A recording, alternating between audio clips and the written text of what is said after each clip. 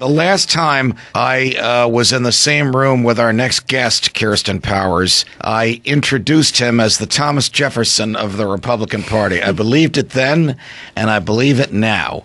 Not only is he the only person in public life today who understands the Constitution and is faithful to it, he's also delivered about 4,000 babies. Wow, Congressman Dr. Ron Paul, welcome to Brian and the Judge. Thank you, Judge. Great to be with you. 50% of the financial contributions from retired military, 50% are going to you. Do they know something about the war that civilians don't? I think maybe you already answered it. You introduced me as being knowledgeable and defending the Constitution. And, people who go to war and if serve in the military, as I have, we take an oath to uphold the Constitution.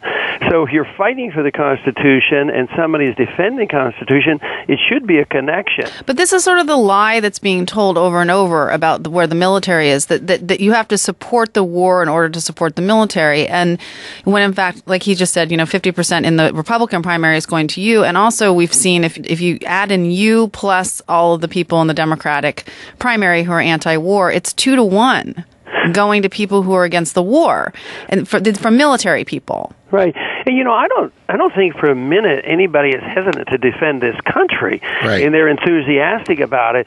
But when they don't see it going well and they don't understand exactly why we're involved, then they say, well, are we doing the best thing? And maybe we shouldn't be there. It's very costly in terms of life and limb as well as dollar cost.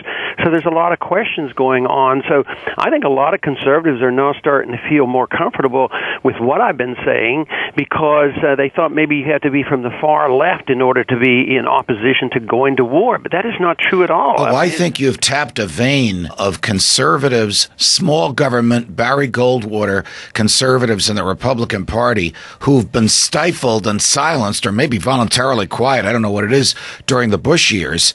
And these people are now coming out in droves proclaiming you as the true conservative. Well, I think that is quite possible, and it's good news. But, it seems like some Republicans have short memories. Remember that in the year 2000, not too many of us coming from this wing of the party complained about George Bush's campaign of a more humble foreign policy, and we were condemning Clinton, for too much bombing and too much intervention, and we didn't want to do nation building and be the policeman of the world. Right. So all of a sudden it seems like they've forgotten, and maybe what we're doing in our campaign is just reminding them that our roots are more in the area of trying to prevent war and end war rather than precipitating. Would you bring all the troops home tomorrow, as your colleague Dennis Kucinich and your former colleague John Edwards have said they would? Well, I think it's impossible to do that, and I don't think, symbolically, I want to bring them home as soon as possible because I want to change the policy. But, you got to be practical. You talk to the military people. And, I understand that the Pentagon already has contingency plans, like they have contingency plans for expanding the war. They have one for, if they get the orders to come home. So there are plans on the table. How do we get our men out safely and quickly, if that's the case? So I think it's as soon as possible, but I can't see that happening, in a day or a week or a month. It takes quite a few months.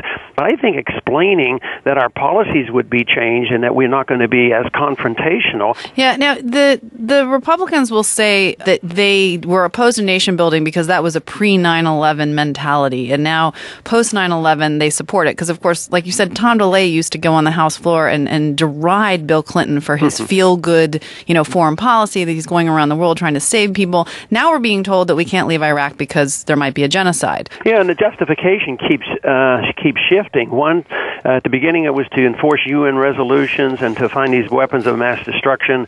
They don't talk about UN resolutions because there's no government of Iraq that existed before. There are no weapons of mass destruction.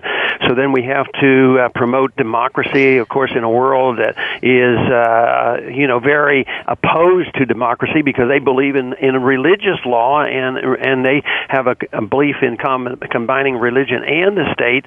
So it keeps shifting. Now we have to be there to fight the Al-Qaeda. And the truth is, there is Al-Qaeda there, but they weren't there before. So you can't keep doing this. I think the real problems that we're having there is because we're occupiers, and it's a clear-cut signal that actually endangers us because we're seen as invaders. What would we think if another country was doing that to us and saying that, well, we're not interested in your oil and we're not interested in controlling it? It's just unbelievable from their viewpoint, and unfortunately, we don't quite understand it from their viewpoint. Paul O'Neill, who was the Secretary of the Treasury in the first Bush administration, has written that at the very first cabinet meeting, George Bush talked about attacking Iraq. What do you think is the real reason we're in Iraq? And include in your answer, don't governments like war because they can tax more and control more during wartime? Well, I think you've really touched on something there, because you have big government liberals and big government conservatives, and they might rationalize the war, but deep down in their heart they know it's an easy excuse.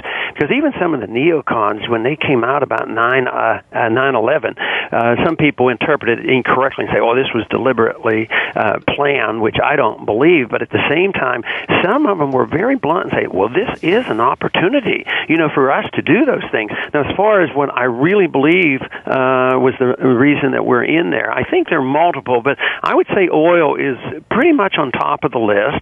I would give some credibility to the argument that the neocons themselves made, that they're idealistic and they think that we're better than everybody else and that we can promote our goodness through force, which I totally do not accept. I believe that we have a responsibility to spread our goodness, but only voluntarily by setting a good example. So those are the various reasons, and I think overall our foreign policy in the Middle East has prompted us to both support nations, like Saudi Arabia and even Israel, that prompts us to do things like this. Yeah. The argument is made, we can't leave because Iraq will turn into a safe haven for terrorists, but isn't the safe haven really in Pakistan? And why would they stay in Iraq if we left? Yeah, I think you're absolutely right. That's their training grounds, but the real planning and support and leadership's in Pakistan. But still, the madrasa schools, which we helped to energize and radicalize in the 1980s, they're coming from Saudi Arabia. And Saudi Arabia is doing nothing to prosecute any known terrorists in their country. Absolutely not. Before we let you go, do you think that the three of us, Kirsten Powers, Ron Paul, and yours truly, will live to see a day when the IRS is abolished?